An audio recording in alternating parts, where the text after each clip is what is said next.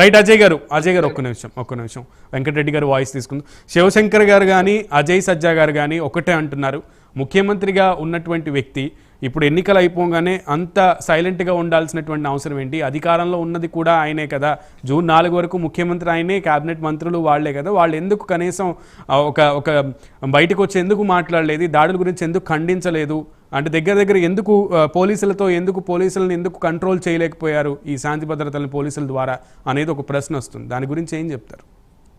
అంటే వీళ్ళిద్దరు రెండు రాజకీయ పార్టీల నుంచి రిప్రజెంటేటివ్సా లేదంటే సామాన్యంగా తెలియని అమాయకం నుంచి వచ్చారో అర్థం కాలేదు సార్. ఇప్పుడు పోలీస్ వ్యవస్థ జగన్మోహన్ రెడ్డి గారు చెప్పినట్టు ట్రాన్స్ఫర్లు జరుగుతాయో, జగన్మోహన్ రెడ్డి గారు ట్రాన్స్ఫర్లు కాదు సార్, జరిగినటువంటి వాటికి సంబంధించి దాడులకు సంబంధించి రివ్యూలు లాంటి, లేదంటే అక్కడ ఏం జరిగింది, కారకులు ఎవరు, అటువంటి వాటి గురించి ట్రాన్స్ఫర్లు. ఇప్పుడు ట్రాన్స్ఫర్లు ఎవరు చేస్తారు? బాధితులు మేము నర్సరావుపేట ఎమ్మెల్యే ఎవరు సార్? మా పార్టీయే కదా. గోపిరెడ్డి శ్రీనివాసరెడ్డి గారి ఇంటి మీద దాడి జరిగింది, మీరు చూడలేదు విజువల్స్? ఏ విధంగా అల్లరి మొక్కలు వెళ్ళారు. ఇదే పిన్నెల రామకృష్ణారెడ్డి గారు వాళ్ళ అబ్బాయిని తలకాయ పగలగొట్టింది ఎవరు? మరి పిన్నెల రామకృష్ణారెడ్డి గారు మా పార్టీ ఎమ్మెల్యే కదా. అంటే మా పార్టీ ఎమ్మెల్యేల మీద అవతల దాడులు చేస్తే వీళ్ళు ఇంకా అధికార పార్టీ చేసిందంటే ఇంత నిస్సిగ్గా మాట్లాడుతుంటే ఎలా సార్? ఇప్పుడు అంటే మేమంటే పోలీస్ వ్యవస్థను ఆదేశించాలంట, పోలీసు మార్చాలని చెప్పి మీరందరూ మార్పిచ్చేసి డీజీపీ మార్పిచ్చింది మీరే కదా. ఇప్పుడు పోలీసులు మారిపోయారు. వెంకటరెడ్డి గారు, మీ పాయింట్ నాకు అర్థమవుతోంది. పోలీసులు అందరు అధికారులని ముందు రోజు మార్చేశారు అనుకుందాం, కొత్త అధికారులు ఇప్పుడు వచ్చారు. కొత్త అధికారులకు మీరు చెప్తే పని జరగదా, మీరు చెప్తే పని చేయరా? అంటే చెప్తాడు ఈ రోజు సార్ ఎన్నికల సంఘం ఆధ్వర్యంలో పనిచేస్తుంది. ఈ రోజు ప్రభుత్వం చెప్తే మార్పులు చేర్పులు ప్రభుత్వం చెప్పినట్టు పనిచేస్తారు పోలీసు వ్యవస్థ. అది ఎన్నికల కోడ్ రాకముందు, ఎన్నికల కోడ్ వచ్చాక ప్రభుత్వం చెప్పినట్లుగా సిఎస్ చెప్పినట్టుగా సిఎస్ కూడా ఎన్నికల సంఘం ఆదేశిస్తారు, పనిచేస్తారు. ముఖ్యమంత్రి ఈ ట్రాన్స్ఫర్ ఎందుకుంటాయి, ఇలాంటి ఎందుకుంటుంది? ఇప్పుడు వాళ్ళని ట్రాన్స్ఫర్ చేసిన కారణంగానే, అధికారులను ట్రాన్స్ఫర్ చేసిన కారణంగానే రాష్ట్రంలో అశాంతి ప్రబలుతుందంటారా? మరి ఏ అధికారులు ఎవరో పిలిపించుకొని ఏమైనా గొడవ పిలిపించారు? ఇప్పుడు ఇది అర్థం కావట్లేదా సునీల్ గారు? డీజీపీ రాజేంద్ర రెడ్డి అరాచకం జరిగిపోయిందని వీళ్ళే కంప్లైంట్ ఇచ్చారు. ఇప్పుడు ఇంకో డీజీపీ వచ్చాడు, మరి ఏం అరాచకం జరిగింది, ఎంత అరాచకం జరిగిందో మీరు చూసారుగా. జరిగిందా ఇప్పుడు కొత్త డీజీపీ వచ్చిన జరిగిందా? ఇప్పుడు ఎస్పీలు అంతకుముందు ఐజీ పాలరాజు గారు గుంటూరు ఉన్నారు, ఎక్కడ జరగడం ప్రశాంతంగా ఉంది. ఐజీపీ మార్చుకున్నారు, అందరూ మార్చారు. మార్చిన తర్వాత కనీసం ఒక శాసనసభ్యుడు ఫోన్ చేస్తే, అక్కడ కంటెస్ట్ చేస్తున్న క్యాండిడేట్ ఫోన్ చేస్తే 6 గంటల దగ్గర పోలీసులు రాలేదనంటే ఇది ఎన్నికల సంఘం వైఫల్యం, లేదా పోలీసులు కావాలని చెప్పి ఒక పార్టీ కొమ్ముగాలని చెప్పి అక్కడ గొడవలు అనేది అయితే ఇది కొత్త వైఎస్ఆర్ కాంగ్రెస్ పార్టీలో కొడతారని చెప్పి పోలీసులు కావాలని చేసినటువంటిదా? దీనికి సమాధానం చెప్పాలి కదా. ఇప్పుడు తేల్చాల్సింది ఎన్నికల సంఘం. ఇందాక రవిచంద్ర గారు మాట్లాడి నేను ఖచ్చితంగా ఏకీభవిస్తా. చాలా బాగా మాట్లాడారు రెండోతనంగా. ఈ పాలనలో ఉన్న మిగిలిన రాజకీయ పార్టీలతో చాలా రెండోతనంగా ఎందుకు రివ్యూ కండక్ట్ చేయాలి ఎన్నికల కమిషనర్ అడిగాడు. Very good question. ఎందుకంటే ఎన్నికల కమిషన్ ఇంత గొడవ జరుగుతుంటే సాక్షాత్తు ఒక 4 పోలింగ్ బూత్లు రిగ్గింగ్ జరిగింది, మీరు ఆ సీసీ ఫుటేజ్ పరిశీలించి నిర్ణయం తీసుకోమని చెప్పారు. గుడ్ ఎక్స్చేంజ్ కరెక్ట్గా. ఎందుకంటే ఆ సీసీ కెమెరాలు బయట ఉన్నాయి కదా, ప్రతి పోలింగ్ బూత్ లో సీసీ కెమెరా ఉంది కదా. ఆ సీసీ కెమెరాలను బట్టి అక్కడ రిగ్గింగ్ జరిగిందా లేదా మీరు పరిశీలించండి అంబేద్కర్ గారు అడిగితే, దాన్ని పరిశీలించుకోవడానికి మొత్తం ప్రశాంతంగా జరిగింది, ఎక్కడ ఎన్నికలు జరగాల్సిన పనులు అని చెప్పి ఎలక్షన్ కమిషన్ చెప్తుందా? నేను ఈసీ గొడవలు జరుగుతుంటే ఎలక్షన్ కమిషన్ ఎక్కడన్నా స్పందించిందా సార్? డీజీపీ గారు స్పందించినారా?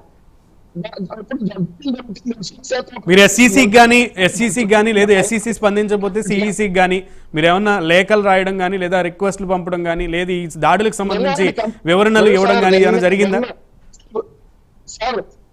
దాడులు జరుగుతాయి, దాడులు చేస్తారని చెప్పి ఎన్నికలు జరుగుతున్న రోజు మధ్యాహ్నం 12 గంటలప్పుడు కూడా వెళ్ళి కంప్లైంట్ ఇచ్చాం సార్.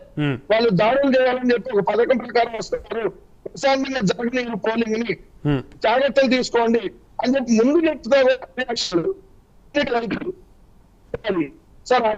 2-3 ఓట్లు ఎలా ఉంది సార్? వీళ్ళు కరెక్ట్ గా చేసి ఎక్కడ జరగకుండా ఎందుకు పడుతుంది? 6 గంటలకు వచ్చి లైన్ నిలబడి ఎంతమంది ఉంటారు? మహా అయితే 100 మంది ఉంటారు ఆ పోలింగ్ బూత్ లో. దాకా జరుగుతుందా? ఇలా భయభ్రాంతులు చేసి సరిగ్గా కొన్ని చోట్ల అయితే ఎంత దారుణం అంటే సార్, చీకట్లో ఓటింగ్ జరగాల్సినటువంటి పరిస్థితి. అవును, వీటన్నిటికీ ఎన్నికల కమిషన్ కదా బాధ్యత. చాలా ప్రాంతాల్లో ఆ పరిస్థితి ఉందన్న విషయాలు బయటకు వచ్చాయి ఆ రోజు. తీసుకుంటారో చెప్పండి.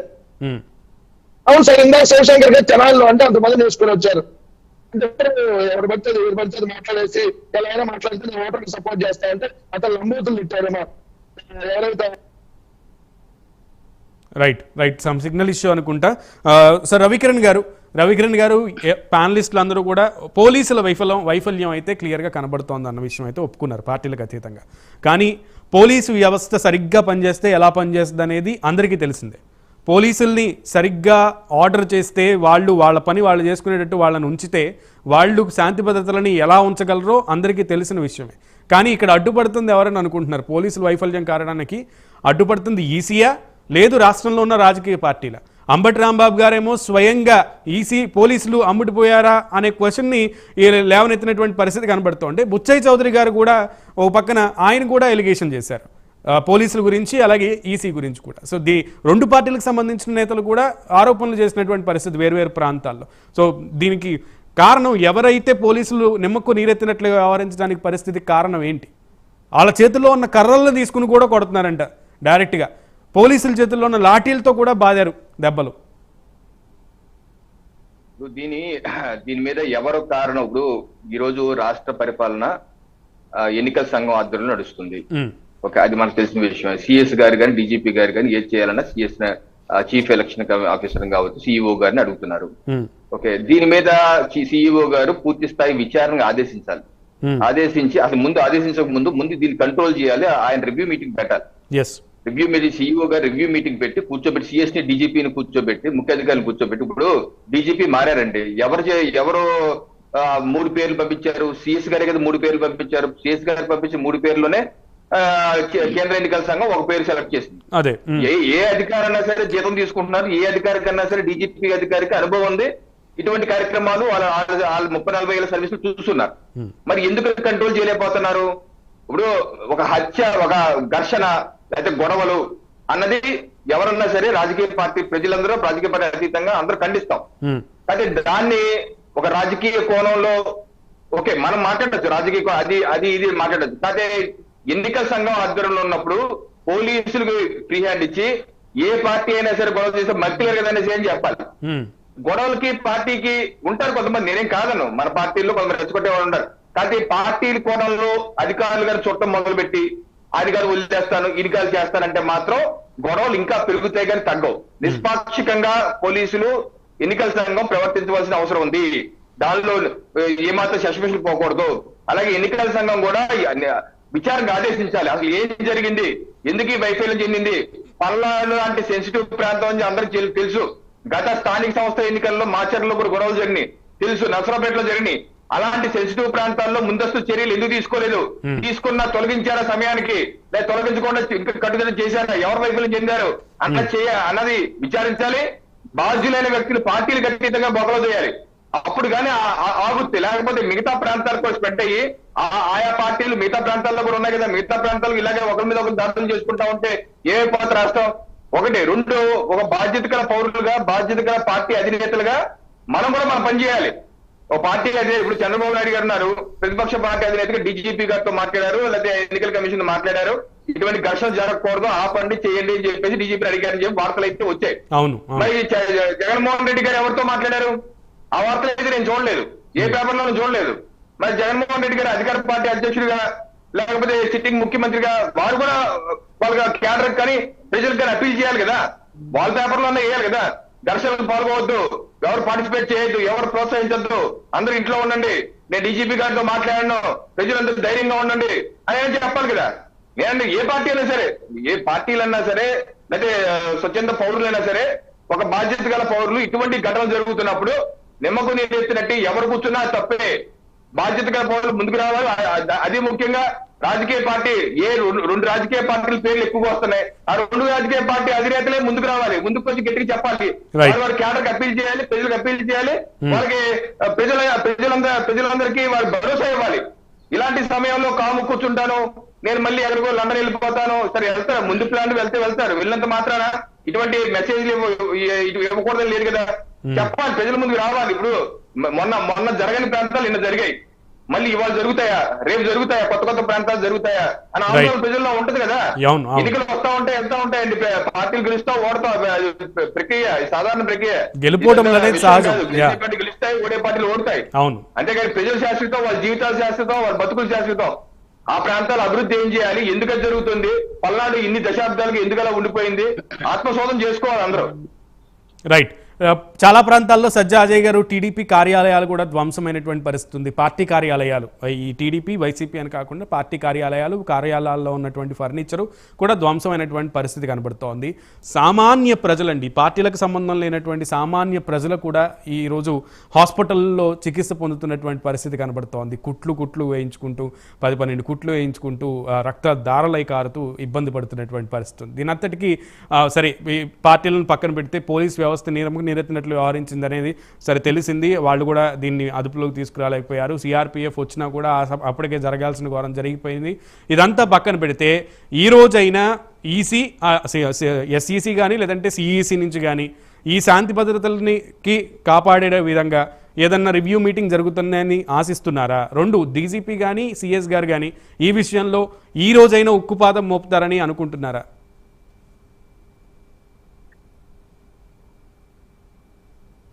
వాయిస్ మ్యూట్లో ఉంది. సిఎస్ గారు కానీ లేకుంటే ఎన్నికల కమిషనర్ గారు కానీ ఎవరైనా సరే ఫస్ట్ దీని మీద స్పందించాం. దట్ మెయిన్ ఏంటంటే ఫస్ట్ రాష్ట్ర ముఖ్యమంత్రి జగన్మోహన్ రెడ్డి గారు కూడా డీజీపీ గారితో కానీ సిఎస్ గారితో కానీ ఎన్నికల కమిషనర్ గారితో కానీ మాట్లాడారు. ఆంధ్రప్రదేశ్ రాష్ట్రంలో ఏం జరుగుతుంది, ఎందుకంటే సార్ ఈ రోజు వరకు కూడా మాకు తెలిసినంత వరకు మా పరిధిలోకి రానిచ్చిందంటే ముఖ్యమంత్రిగా ఉన్న జగన్మోహన్ రెడ్డి గారు రాష్ట్రంలో జరుగుతున్న ఈ అశాంతి గురించి ఎక్కడ మాట్లాడినట్టు కనీసం దాని గురించి బయటకు వచ్చి ప్రశ్నించడం కూడా మేము ఎక్కడ చూడలేదు. ఎందుకంటే ఒక బాధ్యత గల ముఖ్యమంత్రి, ప్రజలు 151 బ్యాంకింగ్ ఇచ్చారు ఉన్నాయని. ఈరోజు ఈ రాష్ట్రంలో జగన్మోహన్ గారు ఏం చెప్తారంటే అండి, నేను మీ బిడ్డని అంటారు కదా, అనేక మంది బిడ్డలు తలలు మిగిలిపోతున్నాయి, ప్రాణాలు పోతున్నాయి. దాని రోజు ఓట్ దేశాల నుంచి వచ్చారు, ఇతర దేశాల నుంచి వచ్చారు, దేశాలు దాటి వాళ్ళు వచ్చారు, వాళ్ళు కూడా ఇక్కడ ప్రాణాలంటే ఆంధ్రప్రదేశ్ రాష్ట్రంలో రక్షణ సామాన్యం ఉండట్లేదని కదా ఈరోజు ఎవరైనా ఎన్నికల్లో పోటీ చేయాలంటే ముందు కానీ ఈ రోజు సార్ జగన్మోహన్ ముఖ్యమంత్రి ఉన్న 5 సంవత్సరాలలో ఎన్నికలు తెలుగుదేశం పార్టీ కేంద్ర కార్యక్రమానికి మోకరంగా వచ్చి ఆ కార్యాలయాన్ని పగలగొట్టి సొత్తులు తిప్పని తలలు పగలగొట్టారు. కాలు పొట్లాలు, ఇచ్చులు, బీర్ బాటిల్ మొత్తం ధ్వంసం చేశారు, గన్నతరంలో అధికంగా చేశారు, గుడిపల్లి చేశారు. వీటన్నిటి ఏ జగన్మోహన్ స్పందించారా? లేదు. సరే, అది అయిపోయింది, ఎన్నికలు జరిగినాయి, 140 రిజల్ట్స్ వస్తాయి. అప్పుడు దాకా జగన్మోహన్ రెడ్డి ఉన్నారు, ఒక బాధ్యత ముఖ్యమంత్రిగా ప్రజల్ని గెలిపించారు కాబట్టి ఏ రాష్ట్రంలో 140 పెడుతున్నారు కదా, ముఖ్యమంత్రి పరిధిలో ఇంపార్టెంట్ సెక్షన్ పెడతారు కదా, ముఖ్యమంత్రి జనాలు కనపడకూడదని. కానీ ప్రజలు ఉంటారా మాట్లాడుతున్నారు, దానికి కనీసం బీజేపీ స్పందించడానికి ఒక ఇంప్రూవ్మెంట్ పెట్టారు సార్. ఈరోజు ప్రతిపక్ష పార్టీ సార్ నిన్న మా పార్టీలో ఉన్న సిబ్బందులతో కూడా ఎలక్షన్ కమిషన్ రాష్ట్రంలో ప్రశాంతత పోలీసు కలిసి అధికార పార్టీ